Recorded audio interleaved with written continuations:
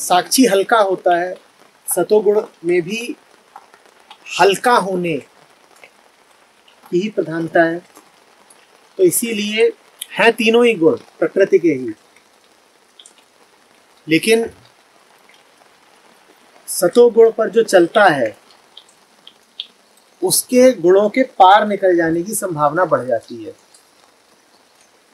तीनों गुण प्रकृति के ही है, लेकिन जो तमस में फंसा हुआ है वो तमस में फंसा रहेगा, जो रजोगुण में फंसा है वो वहां फंसा रहेगा। जो लेकिन सतोगुण में है वो हो सकता है कि गुणातीत निकल जाए। सर इन गुणों के बारे में थोड़ा सा बताइए। सतोगुण रजोगुण थोड़ा सा।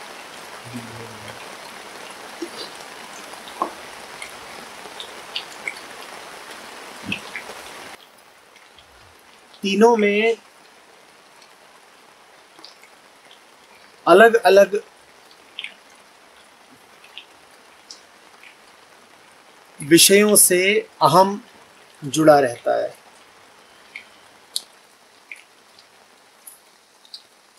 तमस गहरे अज्ञान की तरह है, बिल्कुल अंधेरी रात हो जैसे।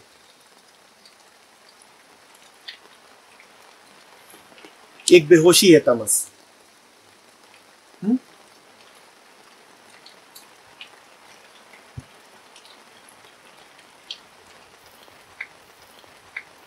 रजस ऐसा है जैसे कि उस काली रात में तुम्हारी नींद खुल गई हो और तुम बदहवासी में भागना शुरू कर दो कि मुझे डर लग रहा है, मुझे डर लग रहा है। तो एक बदहवास दौड़ है रजस।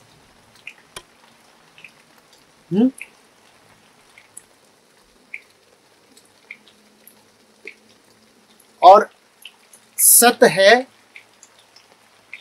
रोशनी, ज्ञान।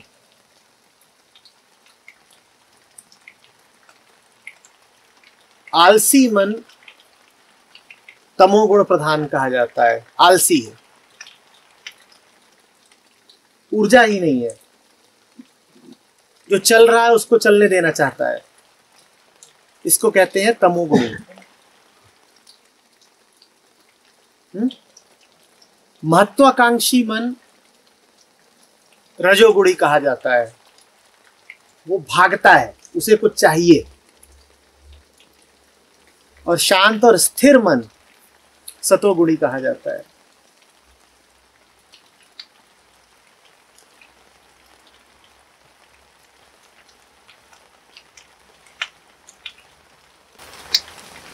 सत में भी अहम का जुड़ाव वहां भी है। इसीलिए सतोगुण पर भी रुक नहीं जाना होता है, उसको भी अभिमानी ही कहते हैं। उसको भी अभिमानी ही कहते हैं। उसका जुड़ाव ज्ञान से हो जाता है, उसका जुड़ाव शांति से हो जाता है।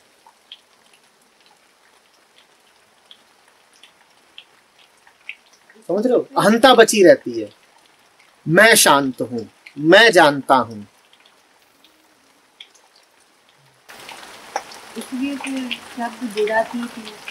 इसीलिए त्रिगुणातीत कहा जाता है। क्या गुणातीत? लेकिन इन तीनों गुणों में, जैसा अंशु कह रहा था, श्रेष्ठतम सती।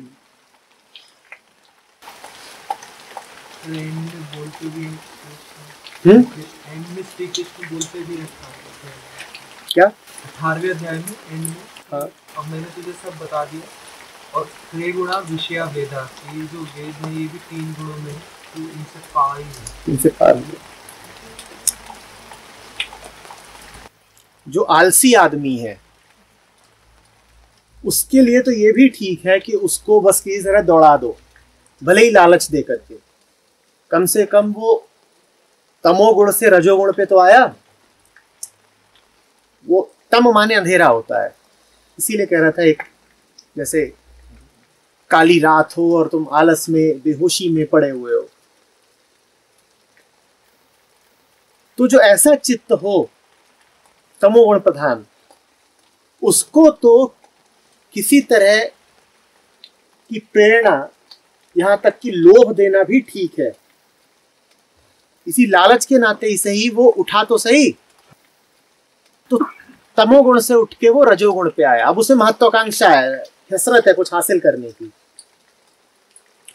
और जो हासिल करने के लिए दौड़ा जा रहा हो उसके लिए अगली सीढ़ी है कि वो अब रजोगुण से सतोगुण पर आए, कि अपनी ये दौड़ छोड़, शांत हो जा।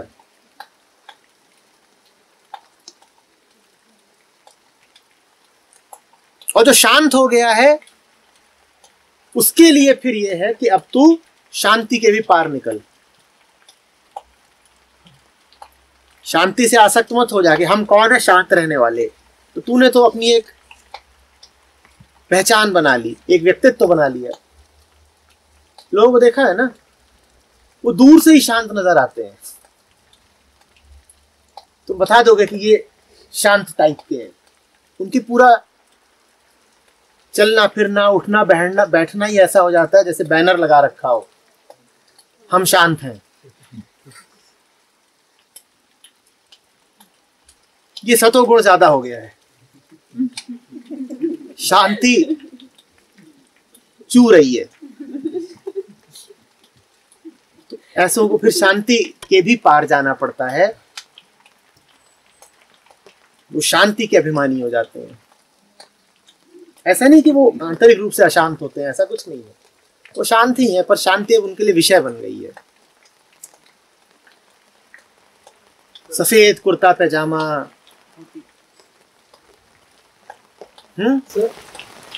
गुस्सा भी शांति वो गुस्सा भी शांति नहीं करते हैं, ऐसा ऐसे हो जाते हैं कि वो चलते भी शांति में है। सर इस तरह की शांति कई बार सेपरेशन नहीं होती ही है, तभी तो कहा जाता है कि इसके आगे जाओ। जंप भी मार सकते हैं सीधे तमस से सत्व। तुम्हें क्या करना है ये बताओ। बंदा सवाल ये आता है कि मान लीजिए एक राजा है, उसके लिए रजोगुण ही उचित है। अगर वो मान लीजिए सतयुगी सतोगुण वाला हो गया तो वो राज चला ही नहीं सकता, अनर्थ हो जाएगा। आप अपना गुण देखिए ना, कि आपको ये बात कितनी आशंकित कर रही है कि राजा के राज्य का क्या होगा। और राजा और कोई नहीं, आप खुद हैं। हाँ, कि मेरा क्या होगा अगर मेरी दौड़ रुक गई, मेरा होगा क्या अगर मेरी दौड़ रुक गई।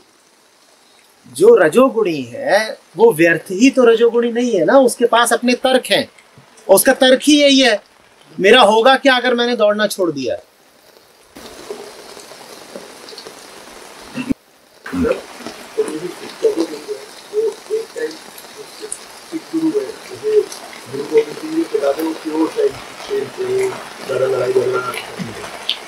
और at the same time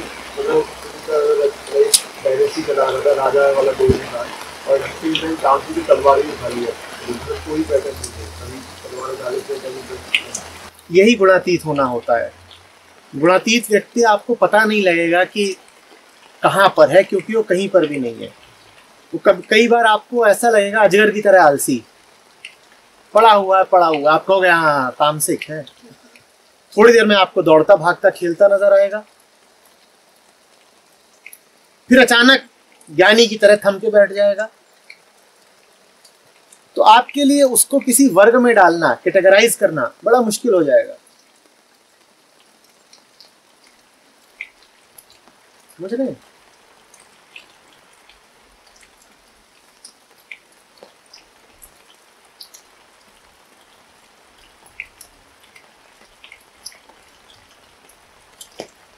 in सब में कि कौन सा गुण कैसे छा जाता है किसी पर, इसमें दो बातों का बड़ा महत्व है। दोनों बातें जुड़ी हुई हैं, दोनों को मिला करके आहार कहा जा सकता है।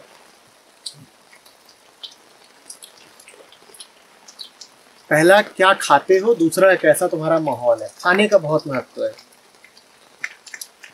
खास खाने हैं जो तुम्हें तामसिक बनाते हैं। तुम चाहो तो अभी प्रयोग कर लो।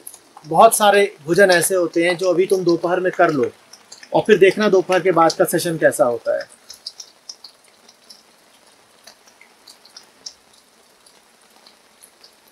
वो तुम्हें सुला देंगे, वो तुम्हें सुला देंगे। और खास खाने हैं जो तुम्हें उत्तेजना दे देते हैं, वो तुम्हें चैन से बैठने नहीं देंगे। एक है खाना जो तुमने खाया और तुम झूमना शुरू कर दोगे, नींद आएगी, शरीर भारी भारी लगेगा। और एक खाना ऐसा है कि खा लिया तो भी नहीं बैठ पाओगे। एक तुम्हें बिस्तर की ओर ले जाएगा, चैन से नहीं बैठने देगा, दूसरा भी नहीं बैठने देगा, वो तुम्हें दौड़ाएगा, उत्तेजित हो जाओगे। जैसे एफ्रोडेसियक जानते हो, अब तुम आ रहे हो बोध सत्र में बैठने के लिए और बहुत सारी प्याज खा के आ गए हो, मन हिलोरे मार रहा है,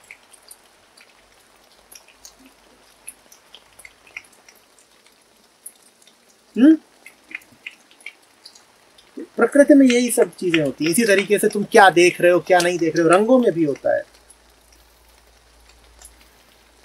काला रंग तमस का होता है।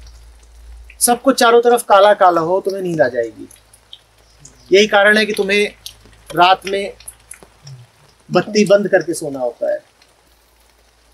सफेद रंग सतोगुणी होता है, लाल रंग रजोगुणी होता है। उसको देखते ही तुम्हारी काम वासना तुरंत सक्रिय हो जाती है। इसीलिए दुल्हन को लाल लाल कपड़े पहनाए जाते हैं।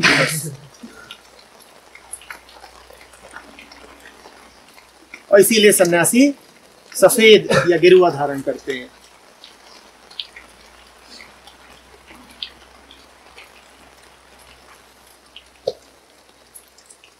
तुम लोग यहाँ बैठी हो, मतलब समझ लो इस बात का, होठ लाल करके ना फिरा करो।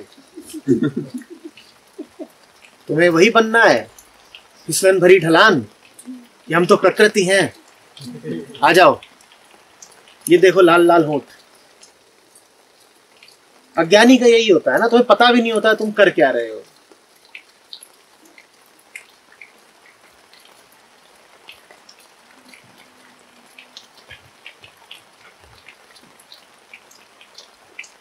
ठीक उसी तरीके से जो भी खाने पीने की चीजें जानवरों के शरीर से आ रही हैं, वो तमोगुणी होती ही होती हैं।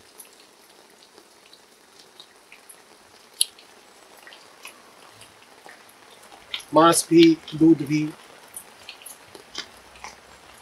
अभी क्यों होती हैं इसका कोई उत्तर नहीं है, बस ऐसा है। घर वाले चाहते हैं कि हम तमोगुण में ना रहें, हम रजोगुण में रहें, रजोगुण में और रहें। सत्वगुण में भी जाने से रोकते हैं।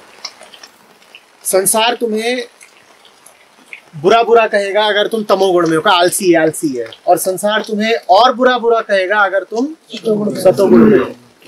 और कहीं तुम गुणातीत हो गए तब तो संसार तुमसे कुछ कहेगा ही नहीं, बस त्याग देगा, कहेगा तुम जाओ, तुम अब हमारे कुछ लगते नहीं, हमें तुमसे कोई बात ही नहीं करनी। संसार तुम्हें बहुत तारीफ प्रशंसा अनुमोदन देगा जब तुम रजोगुण में हो, कि ये देखो ये कुछ बन के दिखाएगा, ये मेरा लाल कुछ बन के दिखाएगा। लाल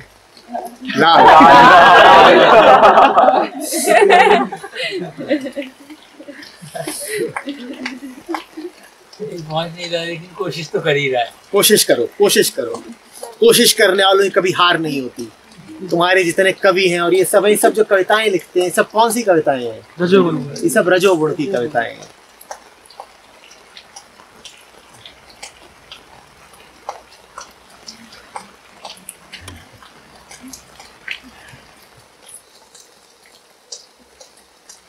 लेकिन मैं फिर कह रहा हूं, ये मत समझ लेना कि बुद्ध या अष्टावक्र इनमें किसी गुण की प्रधानता है।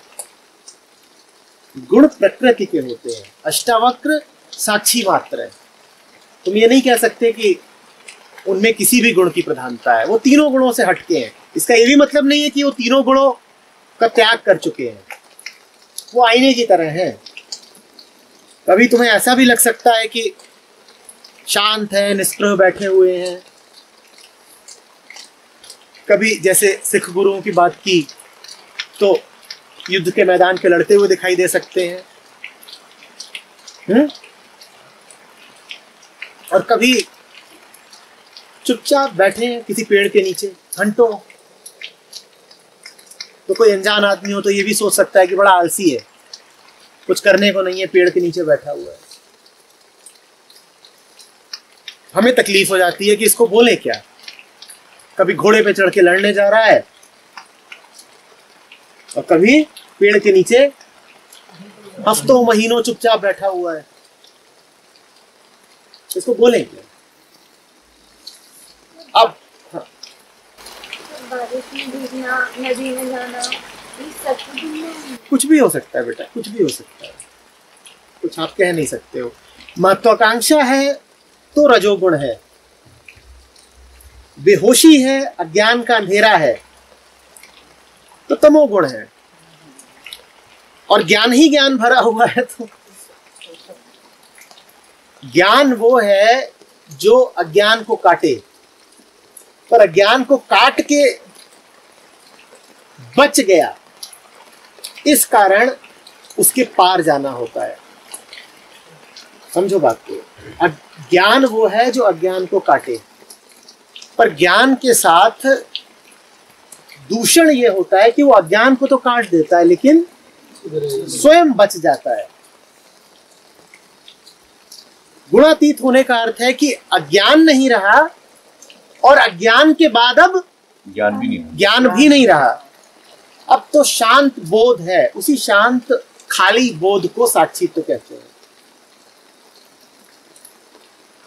तो जो सतोगुणी होता है उस बेचारे की समस्या ये होती है कि अज्ञान तो हट गया लेकिन ज्ञान बच गया।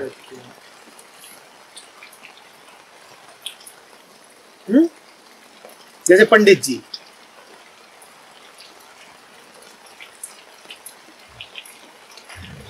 उनको अज्ञान बिल्कुल नहीं है लेकिन उन्हें ज्ञान बहुत ज्यादा है, तो भरे भरे से चलते हैं। फिर हम उसी केंद्र पे अगर ज्ञान भी नहीं रहा तो आप उस मोमेंट में आपको क्या करना है उसी समय? बहुत बढ़िया। ज्ञान नहीं रहा तो फिर पूर्व निर्धारित कोई योजना बची नहीं। ज्ञान नहीं रहा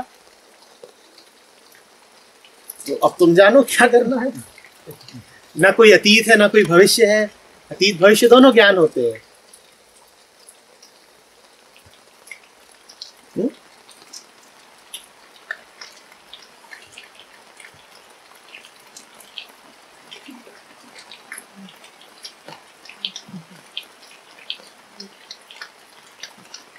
ये ज्ञान जो बच जाता है तो फिर उससे ज्ञान के पार जाने की जो प्रक्रिया है वो कैसे होती है? वो ग्रेस है।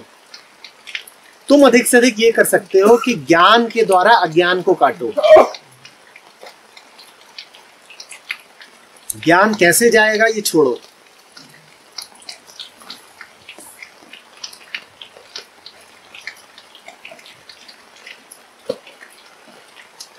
उसकी कोई विधि नहीं हो सकती। विधि लगाओगे तो विधि बच जाएगी, वही ज्ञान अगली विधि लगाओगे अगली विधि बच जाएगी। इससे मुझे वो याद आ रहा है कि महामृत्युंजय मंत्र है शायद कि खरबूजे को देख के खरबूजा रंग बदलता है, जब पक जाता है तो अपने आप डाली से टूट जाता है, इसके लिए कुछ करना नहीं पड़ता।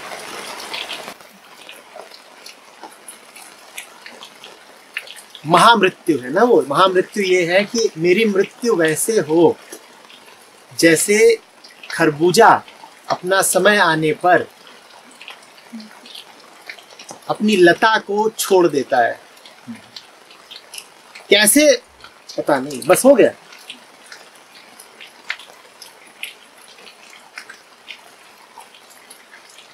बस हो गया, समय आ गया था, हो गया, मैच्योरिटी आ गई थी, पक गया था।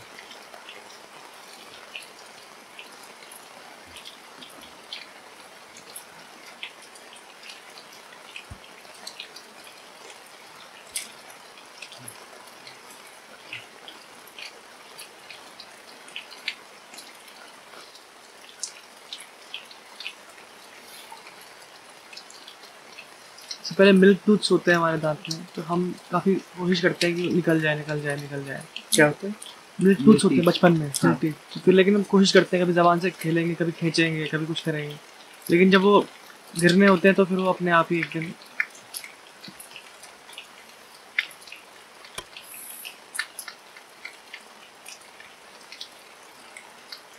पर कृष्ण कौन है?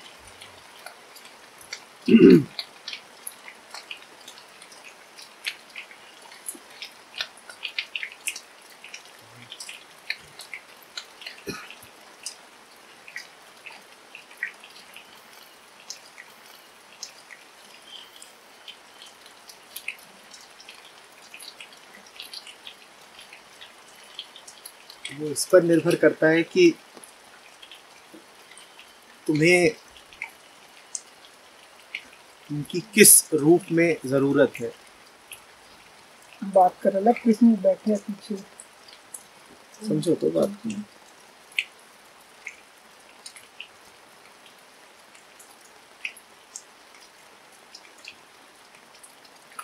बंदर है, उसके लिए कृष्ण ये पत्थर है, ये पेड़ है, कुछ खाने को मिल गया वो है, हवा है, सूरज है।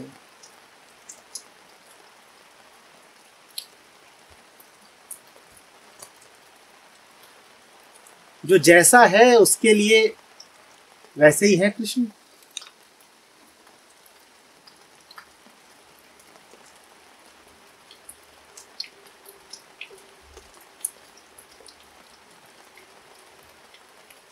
जो जहां है जैसा है उसके लिए वैसे ही है।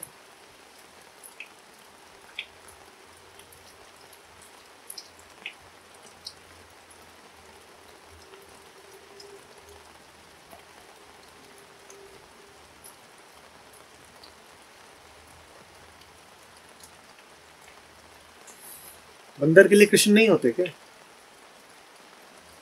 ये अर्जुन के लिए ही होते हैं। दुर्योधन के लिए मृत्यु है कृष्ण।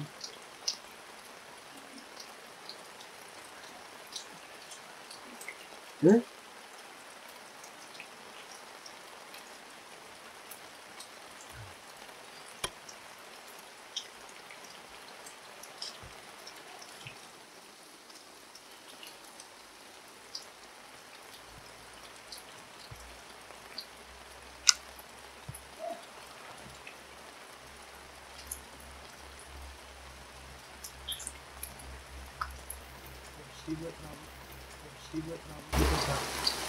ये ऑब्जर्व किया कि जो आपका एक आर्टिकल है ना, गुरु मस्ट बी नोबडी, तो कृष्ण भी जैसे आप अभी आपने बताया कि सांख्य बताते हैं पहले में, फिर बाद में वेदांत भी बता देते हैं, तो ऐसा नहीं किसी पर्टिकुलर स्कूल ऑफ थॉट से वो कर रहे हैं, जो कुछ बैठ रहा है वही लगा सकता। जैसा है अर्जुन वैसे है कृष्ण।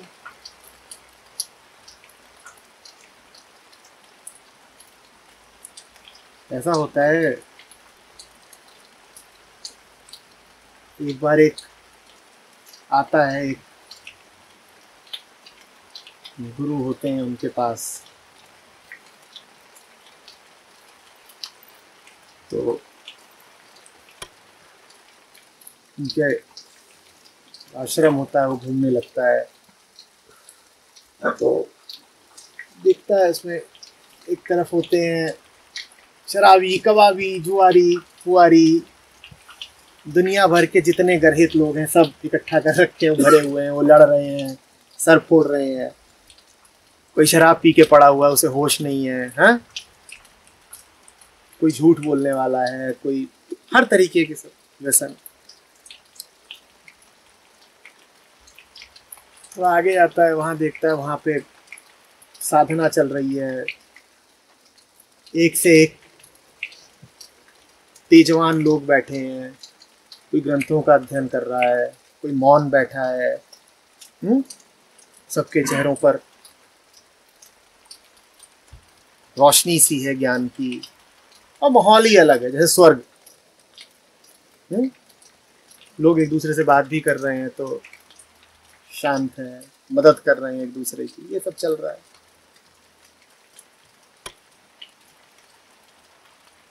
कहीं गीता पाठ हो रहा है, कहीं बोध सत्र चल रहा है।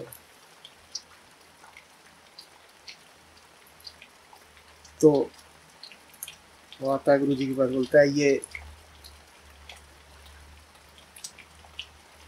अपने जो दूसरे वाले लोग हैं कि उन पहले वालों को पढ़ाते वगैरह होंगे।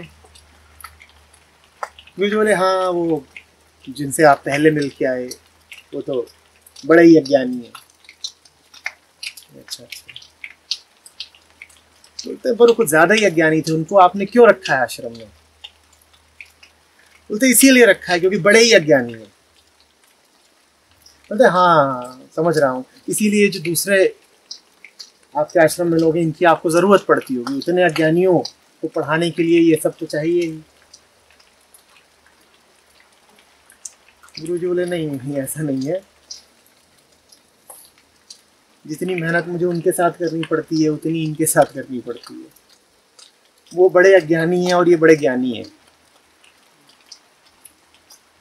वो आश्रम में इसलिए हैं क्योंकि वो बड़े मूर्ख हैं, और जो दूसरे वाले हैं ये इसलिए हैं क्योंकि बड़े होशियार हैं।